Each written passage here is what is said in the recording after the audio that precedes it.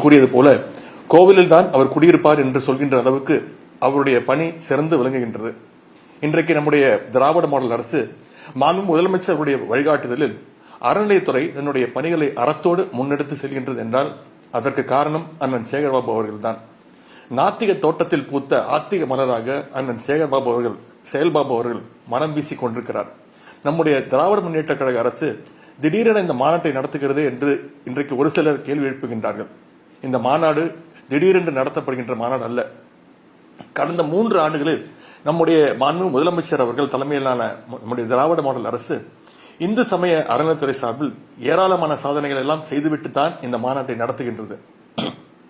திராவிட முன்னேற்ற கழக அரசை பொறுத்தவரை யாருடைய நம்பிக்கைக்கும் குறுக்கே நிற்காத அரசு, எல்லோருடைய உணர்வுக்கும் மதிப்பு கொடுக்கின்ற அரசு.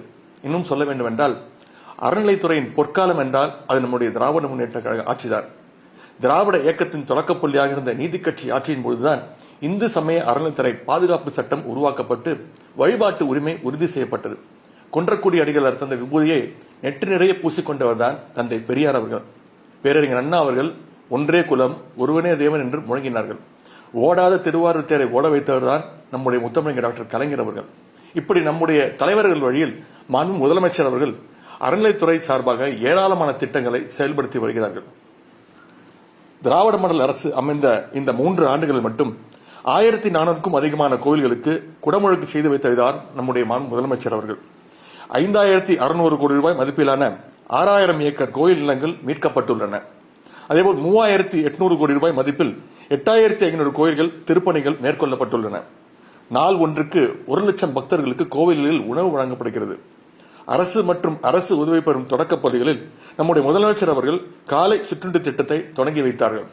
இன்றைக்கு நாட்டிற்கே முன்மாதிரியாக பழனி முருகன் கோவில் கட்டுப்பாட்டில் உள்ள கல்லூரியில் பயிலும் 4000 மாணவர்களுக்கு காலை உணவு வழங்கப்பட்டு வருகின்றது. அதேபோல் விரைவில் மதிய உணவு வழங்கப்படும் என்று முதலமைச்சர் அவர்கள் அறிவித்துள்ளார்கள். திராவிடம் என்பது எல்லோருக்கும் எல்லாம் என்பதுதான்.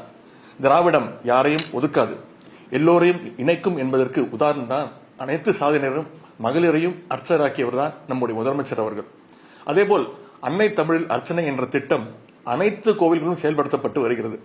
தமிழ்நாட்டின் மற்ற துறைகளைப் போலவே இந்து சமய அறநிலையத்துறையும் இந்திய ஒன்றியத்திற்கே வழிகாட்டி வருகின்றன. இப்படி அடுக்கடுக்கான சாதனைகள் எல்லாம் செய்துவிட்டுத்தான் இந்த சிறப்புக்குரிய மாநாட்டினை நம்முடைய தமிழக அரசு நடத்துகின்றது. இந்த மாநாடு ஆன்மீக மாநாடாக மட்டுமல்லாமல் தமிழர் பண்பாட்டு மாநாடாகவும் நடைபெறுகின்றது. கழக அரசின் இந்த முயற்சிகளை எல்லாம் ஆன்மீக பெரியவர்கள் பக்தர்கள் நீங்கள் பாராட்டிக் கொண்டிருக்கிறீர்கள். திமுக கழகத்தின் இளைஞரணி செயலாளராகவும் இளைஞர் நலன் மற்றும் விளையாட்டு மேம்பாட்டுத்துறை அமைச்சராகவும் இந்த மாநாட்டில் பங்கேற்பதில் நான் மிகுந்த மகிழ்ச்சி அடைகின்றேன். ஆன்மீகத்தை எல்லோருக்கும் உடையதாக ஆக்குகின்ற வகையில் நடைபெறும் அனைத்துலக முத்தமிழ் முருகன் மாநாடு வரலாற்றில் என்றென்றுக்கும் நிலைத்திருக்கப் போவது உறுதி. இந்த மாநாட்டை சிறப்பாக ஏற்பாடு செய்துள்ள இந்து சமய அறநிலையத்துறைக்கு என்னுடைய வாழ்த்துக்களை நான் மீண்டும் தெரிவித்துக் கொள்கின்றேன். இந்த வாய்ப்புக்கு நன்றி கூறி விடைபெறுகின்றேன். நன்றி, வணக்கம். உடனுக்குடன் செய்திகளை தெரிந்து கொள்ள சன் நியூஸ் பெல் ஐகானை கிளிக் பண்ணுங்க.